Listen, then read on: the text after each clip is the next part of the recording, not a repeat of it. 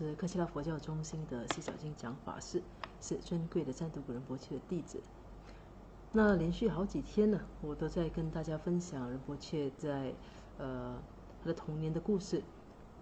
近几天呢，都主要的分享是他在美国成长的一些经过。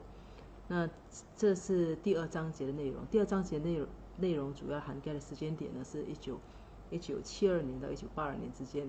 那到了第三章呢，我们就开始会依然是美国的部分，只不过就会开始谈到了他当时他跟宋仁波切之间的一些互动。那这第二章呢，因为其实会从好几个角度来做一个对仁波切的一个个性，他从小一种特点，他的经历的一个特写，所以篇幅也比较长一些。那估计可能明天或者后天就会完成第二章节的分享。那今天呢，我们继续再为大家分享一下仁波切的其中另一个特点，就是他跟动物之间的一种他对动物的爱。那我在这里给大家念一段，这个小题呢是动物之爱，爱与失去。即使还是一个孩子的时候，仁波切便拥有一颗博大慈爱之心。他不仅对身边的人慈爱，还怜悯众生，包括动物。这种强烈的爱在今天依然表现得非常明显。这种爱激励着他所成立的克西拉佛教组织展开无数救助动物的行动。那在我忘记之前，我觉得在这里我可以跟大家再说一说。那仁波切其实我们之前有说过，仁波切他从小嘛，他就会去把那个佛的一些画像啊，就打印出来了，把自己所有的零用钱都拿来做这件事情，还把它穿上绳子啊，当成一个佛坠，这样送给身边的人，希望他们能够得到庇佑。那他对于众生，就是说其实并不只是对人而已，他对于动物呢也是一样这样子，也是一样那么慈爱的，所以他对动物也是照顾的相当是无微不至的。这样子的一种特点呢，其实在今天在克西拉佛教中心，在克西拉团体，你会看到就是这样的一个影响，在克西拉会员的成员身上，其实是都蛮明显的。那慈姐再给大家看他仁波切在克西拉佛教团体的一些怎么说呢？他做了一些什么样的东西？那还是一个孩子的时候，仁波切就养了很多只仓鼠、澳洲鹦鹉、两缸金鱼、松鼠、乌龟和鸭子，还有狗。夏天时，他会在宠物店打工，挣得额外零用钱的同时，也学到了照顾不同类型动物所要的繁杂知识。8岁大的时候，仁波切买了第一只狗，在新泽西豪维尔科林伍德跳蚤市场找到了比林斯。这只棕色的狗看起来像小型的雪纳瑞。某一天，比林西不见了，仁波切发疯似的找遍了每个地方，但是都没有找到。最后，仁波切发现比林西就在离他家不远的公路上被车碾死了。小狗的死让仁波切极度伤心，这本是他完全能够照顾的几条生命之一。更糟糕的是，他的养母还因为小狗的死责备他，他说比林西跑了都是他的错。仁波切曾恳求养父母用篱笆把院子围起来，但是他们却不在意他的恳求，因为他的养父不想在这上面花钱。8岁大的仁波切不明白为什么比林西的死是自己的错，但是养母的责备所造成的心理伤害却影响了这个小男孩很久。那这里讲的是他仁波切第一次，就是他从小就很喜欢养各种各样的动物，那直到今天这个对养动物的一种喜欢呢，还是一样的。那他在夏天的时候，从小他在夏天的时候就去宠物店打工啦。就一方面，其实除了赚美国孩子都很习惯，就很小就已经出来自己打工挣些零用钱。那他除了赚取零用钱之外呢，他也学到了很多技巧，更好的去照顾动物。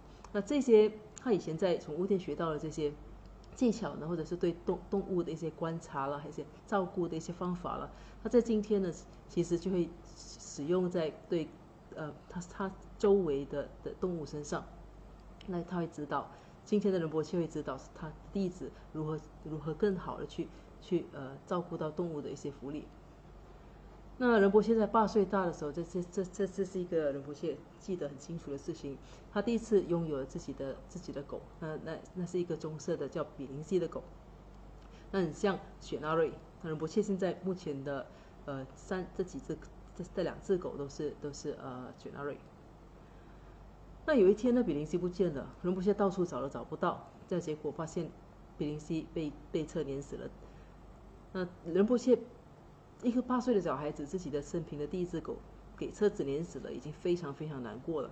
但是在这种时候呢，他的养父母不但没有支持他，反而他的养母呢还责备说这是仁波切的错。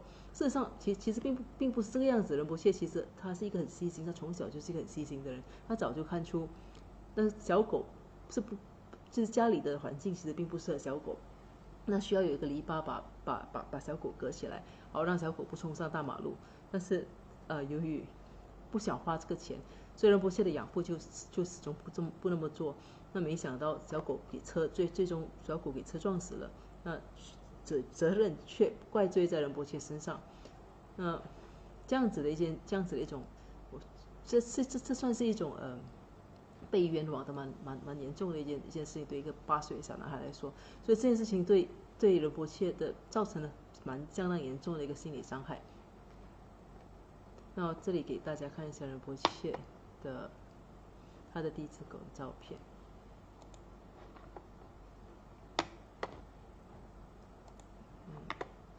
看在这里。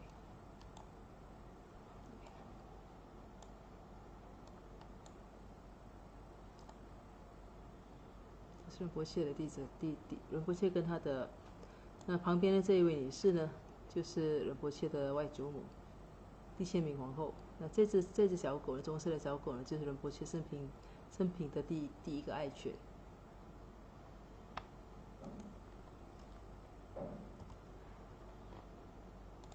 那第一只小狗已死了。那仁波切的养母其实对他是相当疼爱的，虽然他在精神分裂症发作的时候就完全没有办法控制自己。冬天的时候，达纳提出在克林伍德跳蚤市场给他买了另一只狗。这是一只米黄色的小狗，因为屋外很冷，所以他们允许仁波切把它养在家里。小狗的名字叫哈尔特，这是相当普通的蒙古狗名，意思是额上的记号。就像喜欢比林西一样，仁波切也很喜欢这条狗，他会与小狗一起睡觉，一起玩上几个小时。后来哈尔特长得壮而结实，所以塔纳最后在屋外后院里为哈尔特建了一间狗屋，同时还筑起了篱笆，将自己家与邻居家隔开。然而哈尔特长得太壮了，篱笆根本不能关住他，于是养父母在地上钉了一根长钉，并将算哈尔特的链子套在上面。然而强壮的哈尔特仍能将长钉拔起，到处乱跑。仁波切建议养父用水泥将长钉固定起来，但是又一次养父不愿这样做。最后他的养母买了一个非常贵而且很重的倒钉，然后说这是哈尔特没法再逃跑了。但最后他依然逃走了。每天哈尔特都会逃出来，让人找不到他。自从比林西发生意外后，仁波切总会在哈尔特逃跑时变得心烦意乱。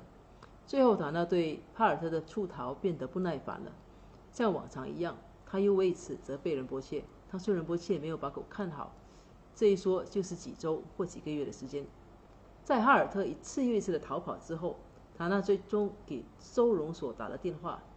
那收容所的人来了，仁波切什么都做不了，只是抱着哈尔特大哭。他真的没办法为自己深爱的小狗做点什么。当哈尔特被拉到收容所的卡车上时，塔纳对仁波切吼道：“都是你的错，是你逼我这么做的，我也没办法。”邻居们都只是旁观，谁都不关心，也没有人提供任何帮助。最后卡车开走了，仁波切只能看着自己的哈尔特在卡车窗口哀吼。他恳求养母将狗领养回来，但是他拒绝了。那最后仁波切发现收容所里无人领养的狗都会遭人都会遭受到人道毁灭。这2件事影响了仁波切很多年。年龄那么小的他，无法理解为什么养母会用这些事情来惩罚他，或者惩罚他所做的错事。但这让仁波切下定决心，不再让同样的事情发生在任何动物身上。从那时候开始，动物福利便成为了仁波切最关心的事情之一。为了让动物们更幸福、更安全、更健康，哪怕是1天，他也愿意竭尽全力。那这2件事情呢，从比林西到哈尔特，比林西是给车碾死的，而哈尔特呢，则是因为他长得很壮，所以常常逃离，就是从家里逃出来。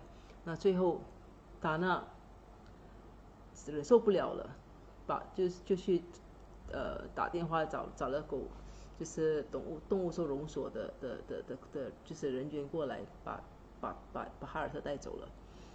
那其实在某一些动物收容所，其实大部分动物收容所对无人领养、无人认领的狗，一般上他们有些就会选择就将这些狗进行人道毁灭。所以那仁波切知道这件事情过后，当然是大受打击的。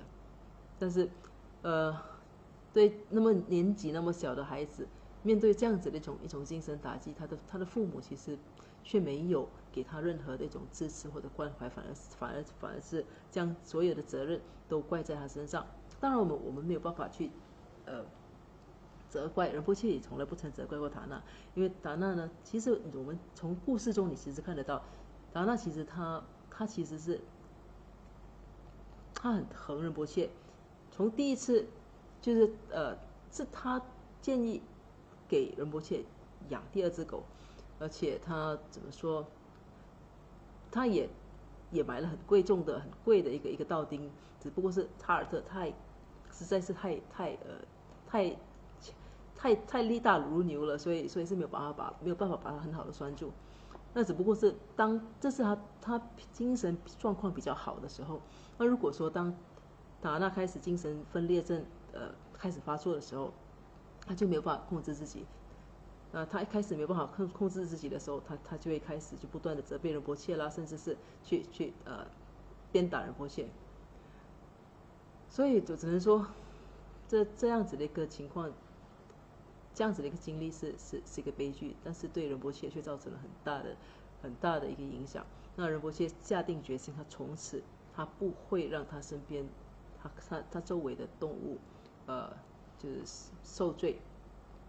那也因为这样，仁波切对照顾动物呢，其实是很不遗余力的。那就一个很常见的例子，就仁波切的车上，那如果有常常跟仁波切有一起出门的都知道，那仁波切车上呢，随时都准备着很多狗粮。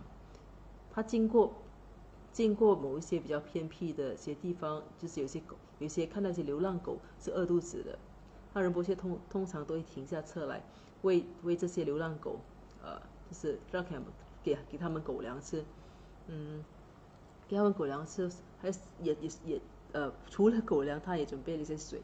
如果说当时刚好或者有些时候并不是太方便，就是可能是狗粮不足的时候，其实有些时候仁波切特别去买一些熟食来让弟子就派给那些就野狗吃。那其实直到今天为止，在克夏的禅修林，那我们所有吃剩的没有办法吃完的一些食物，多出来的食物，仁波切都会建议我们去附近的禅修林。克夏的禅修林其实是一个，它算是一个比较乡区的地方，所以附近村落其实有相当多一些野狗。那仁波切就会吩咐我们每天呢，就把这些剩余的一些食物呢，都拿去喂流浪狗。除了这个，仁波切还会特别去他吩咐他身边的弟子呢，有时候去买一些面包啊，或者把剩余的面包，除了养流浪狗之外，就是也还会去养鸟啊，或者一些昆虫啊。所以仁波切就是他对众生的爱，其实并不只限于人类，还是包括所有的动物。那其实不止动物，当然还包括其他的众生。我们这里就不讲那些其他众生的事情。那你这次 ，OK，那仁波切的后来呢，就仁波切目前呢，他后来养了3只狗。那一只是最初的一只呢，是在马来西亚养的，最初叫鱼。那后来呢，又陆续养了奥瑟和达玛。那在这里给大家看一看仁波切的狗的一些图片。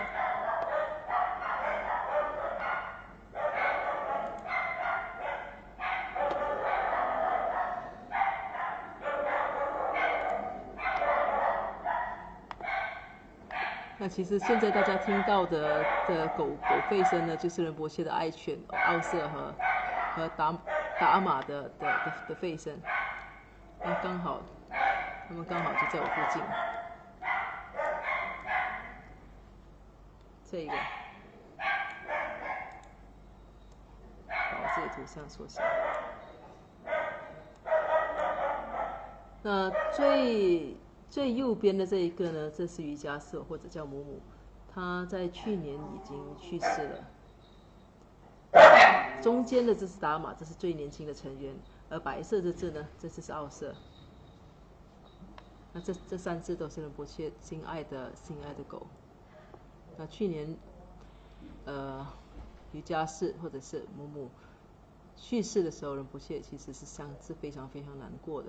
他其实每天呢都特别就是为这个已经往生的这只狗祈愿念经。那我记得我印象很深刻是他说，狗就是动物没有办法像我们这样，就是能够去，虽然他在仁波切身边那么多年，但是他却没有办法听得懂经。他也没有办法去跟着大家一起修行，所以只能靠身边的人帮他们这么做。所以仁波切总是会在他的所有的养动物的地方，只要有狗啊、有猫啊、有鸟啊，他总会在那些地方放上佛像，让这些动物呢有机会呢就绕着佛像走。那这只是一些小部分，其实还有更大的部分，但是我们就不方便在这里多介绍了。那接下去我们再讲一些关于动物的还有这个要介绍一下。那仁波切小时候嘛，他在新泽西有照顾几只鸟。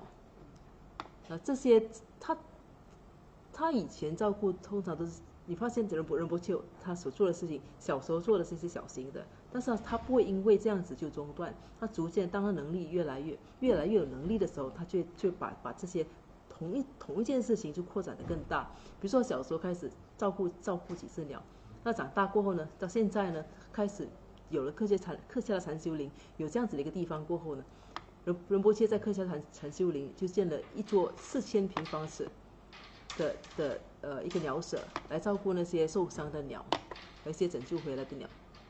那在这里给大家看一下这个鸟舍的一个图片。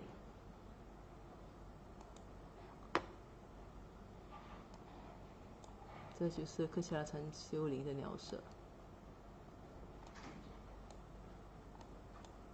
那除了这个主要的，它有好几个，就是有一些专门是供受伤的鸟居住的，就让他们养伤的地方。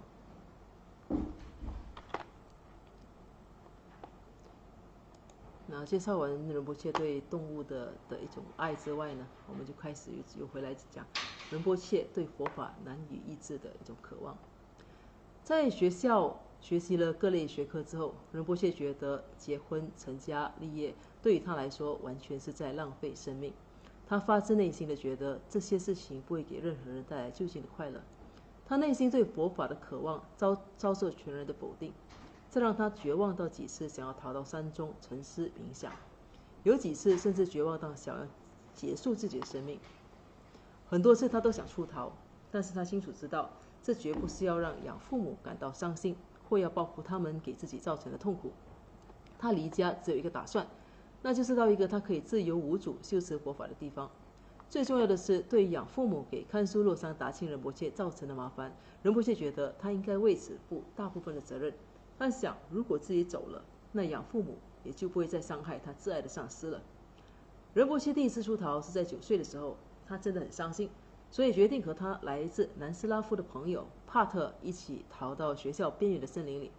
在半天之后，帕特又累又饿，他想要回家，但仁波切尝试劝他留下来。最终，当警察在学校操场的旋转木马下发现他们的行踪后，他们就被送回家了。帕特的母亲对此非常生气，用南斯拉夫语对着仁波切大吼大叫。不出所料，仁波切的养父母为此事感到极度窘迫，而仁波切也免不了受到严厉的责罚。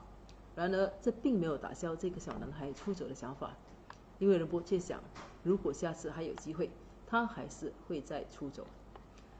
那其实我们之前有说过，昨天说过，因为仁波切想要得到金刚瑜伽母灌顶，但是父母却从中阻止，最初的时候从中阻止，那仁波切已经开始觉得，就开始已经有很相当绝望的一种感觉，而且他在学校呢，越是学习越觉得这些其实并不是他要的，他觉得正常人，就是我们所谓一般人走的路，求学啦、求学啦、就业啦、结婚啦、成家啦，这些完全是在浪费生命。他觉得这么说其实是种相对，当然并不是否定，就是否定这些东西的作用。他只是说这些并不能得到，并不能带来就近的，也是最终最完整、最完整的一种快乐。但是他即使他有这样子的一种想法，但是家人却一直都是反对的，所以他感到非常的他感到非常的失望，甚至想要结束自己的生命。所以他常常也想要离家出走。那刚才这里介绍的是他其实想离家出走的念头呢，其实主要就是为了想要能够更自由的去学习佛法。那当然还有一个部分是觉得，因为他父母之前有说过，他父母常常到他所在的佛教中心去给他的上司找麻烦。那仁波切认为说，如果他自己如果不在了，那他的父母就不会给自己最尊敬的上司找麻烦了。所以其实你可以看到仁波切从小就是非常体贴的，非常体贴的。他第一次出逃呢是在9岁的时候，那时候是真的是非常伤心的，但是结果呢还是不成功。那当然不成功的情况下，那就还是要遭受的很严厉的一个责罚。但是仁波切心里是觉得，他还是认为说有机会他还是会再逃。那现在呢来到另一个小章节，那小题是寻求庇护。那刚才讲的是第一次离家出走是很近距离的。那第二次离家出走呢，是在他12岁左右。第二次离家出走发生在占都古仁波切12岁左右时的一个冬季，他决定去新泽西州的华盛顿佛法中心。该中心属于西藏哲蚌寺的蒙古卡尔梅克义格西阿旺旺杰喇嘛，他是最先将藏传佛教带到美国的大师之一。该中心离仁波切位于新泽西的家有6到7个小时的车程，虽然仁波切需要不断换车或者搭便车，他最终冒着风雪到达了华盛顿。在到达华盛顿后，仁波切便到图书馆询问中心的方向。那里的图书馆员和蔼地看着这个小男孩，帮他找到了一篇有关藏传佛教的文章。他找到了中心的联系电话及地址，然后将这些信息告诉了仁波切。仁波切给中心打电话，告诉他们说他是一个蒙古裔男孩，并说他想要加入中心。接电话的人礼貌地解释道，因为他还未满18岁，根据美国法律，中心不能接受他，也不能让他留下来。中心的人甚至打电话给当时还在佛罗里达的格西旺杰大师，他也建议这个年轻人应该回家去。和仁波切通话的人随后还从佛法中心来到华盛顿，将仁波切安顿在一个旅店里，并给了他$50让他回家去。他们让仁波切保证第二天便回家去。在华盛顿度过了一个晚上之后，仁波切不情愿地履行了自己的承诺。他对所有大师如格西旺杰的信仰和尊敬，让他难以背弃自己的诺言。他开始了回家的旅程，内心却感到从未有过的悲伤和孤独，因为没有一个人知道他回家后将会面对什么。那这里呢，给大家看一下这个华盛顿佛教中心的创始人，就是格西阿旺旺杰，这是一个非常著名的大师，属于早期很早期就到美国弘法的一个大师，格西阿旺杰。那仁波切呢，第二次出逃就12岁的时候，到离他家6、7个小时车程以外的地方，就是要去找这个格西阿旺旺杰的佛教中心。那佛教中心长什么样子呢？就是这是格西阿旺旺杰的佛教中心。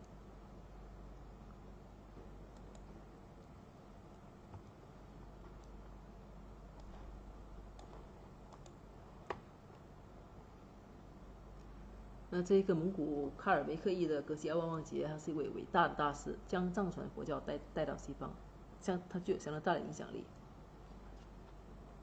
但是因为当时其实也就是因为仁波切年纪太小了，12岁，所以佛教中心的负责人和员工他们不敢接受他，而且他们打电话咨询了格西旺杰大师本身。那格西旺杰呢，也认为仁波切应该回家去，所以他们其实这中心对仁波切相当好。他知道小男孩可能身上没钱，所以他们还特别给了$50让他回家去。那这样子的一件事情，在仁波切12岁时发生的事情。那当时仁波切其实是，当然作为一个小男孩，他是没有办法偿还这笔钱的。那不过在事隔多年之后，仁波切在几年前吧，终于有机会回到美国去的时候，他还刻意的去将这笔钱还给了那个中心。那是几年前嘛，那可能是更早反正就是后来他有机会的时候就刻意的把这$50还给了这个中心。你从这里看得到，赞都格仁波切他是不会忘记他对任何人给他的一点恩情，一点点，即使只是一点点，他都必然是会感恩，会报恩的。这显示了他的为人是一个怎么样的一个人。那这次出逃过后呢，仁波切当然第二次出逃也不成功，让仁波切感到非常的比之前更加的难过和更加的悲伤和孤独。而且你一次出逃不成功，回来是被打的，那第二次出逃的话情况会怎么样，完全不知道。其实等待在家里的往往都是责骂和鞭打。那果然不出所料，第二次的出走给家里引来一场风暴。仁波切的养母吓坏了，并就他的离家出走而责备堪苏洛桑达庆仁波切。他告诉每一个愿意听他说话的人说，堪苏洛桑达庆仁波切并不是一个真正的喇嘛。他给周围的邻居打电话，诋毁堪苏洛桑仁波切的名字，并散播有关他的谣言。他甚至说，堪苏洛桑达庆仁波切与他的女弟子有染。发生这次事情后，家里的情况变得更糟糕了。仁波切要去中心或者去看他的佛法姐妹卡门，几乎是不可能的。所以其实当时仁波切想要离家出走的一个原本的一个用意，其实就是他不想牵连，不想拖累他的上司，不想他的上司受到就是一种莫须有的罪名。那但是这一次出逃不成功，那事情就越演越烈。那他的养母呢，不但只是去散播谣言，他的谣言其实是内容其实是越来越严重的，甚至去诋毁说堪苏洛桑达庆仁波切跟女弟子有染。这对一个出家人来讲是一个很严重的一个罪名。而且呢，仁波切要去佛教中心已经变得越来更加不容易了。所以仁波切的生活开始让他非常苦恼。他不但不能去寺院，虽然他的心思全在那里，而且他觉得自己应该为养母、为诋毁看书洛桑达信仁波切而强加的说辞负主要责任。那仁波切对于自己的养母这样子来说自己的上司呢，一直都是非常耿耿于怀的。他觉得自己应该为此负上全责。那这里引述仁波切的自己的一段话：我回去以后便必须面对巨大的压力，我不能去见卡门，也不能去中心，一切几乎成了一个僵局。我不断告诉养母，不是他们的错，是我的错，绝对没有人教唆我离开我的养父母，或教唆我不要遵从他们的指示，那是肯定的。那可见仁波切当时的仁波切是多么自责。那其实你从这里也可以看到一个那么年幼的一个孩子，自己的心愿无法达成是一回事，但他却把当他的养母在责怪自己的上司时，他却把自己的心愿没有办法无法达成，暂时搁在一边，反而其实是他更加的去怎么讲呢？他更加的去责备自己，他更在乎，应该说他更在乎的其实是自己的上司因为自己而遭受了一些无妄之灾。这说明了他的，其实这是关于他的一个仁波切的一个特性。可见他其实是一个很善良的一个人。那今天的分享呢，其实就关于因为时间的关系呢，今天的分享就到这里。那明天接下去我们还会再看看仁波切接下去是不是还有再继续离家出走呢？还是会不会有更加戏剧化的一些转变？那我们明天再继续跟大家分享这一个。那现在看看大家有什么内容，有什么疑问，有什么问题吗？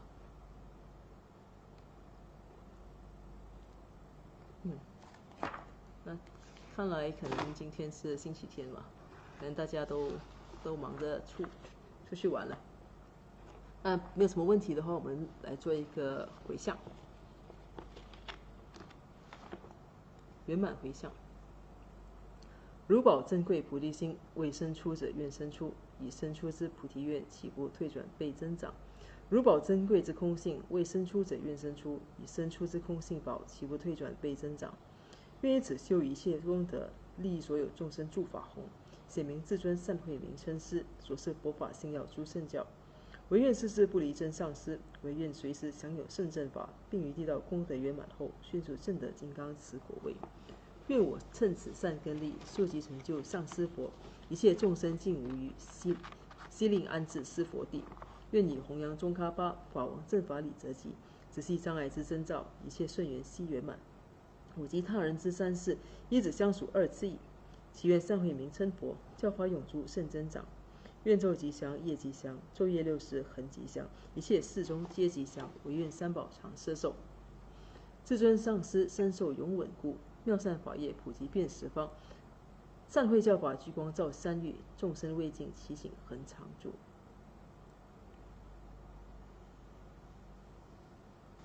好的，谢谢大家。